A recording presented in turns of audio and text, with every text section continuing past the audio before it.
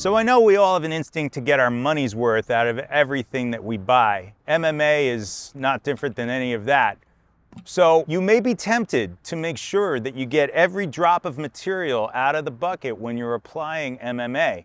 But I want to caution you, no matter how well you mix this product with the drill mixer, no matter how well you catalyze it, no matter how well you follow the directions, there is always going to be material on the sides and on the bottom of the bucket that is not completely catalyzed. So if you were to scrape that material out of the bucket and apply it to the ground, there is a risk that that product will never cure.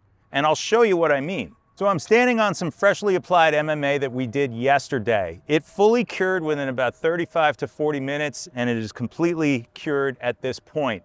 We used this bucket of material yesterday, and I can show you right now that the stuff on the sides and on the bottom of the bucket is still not fully catalyzed. You don't want to put that on the substrate that you're coating because you'll have this. So as a rule, make sure that when you're using the MMA or any two-component product for that matter, when you dump it out, resist the temptation to scrape the insides and the bottom of the bucket.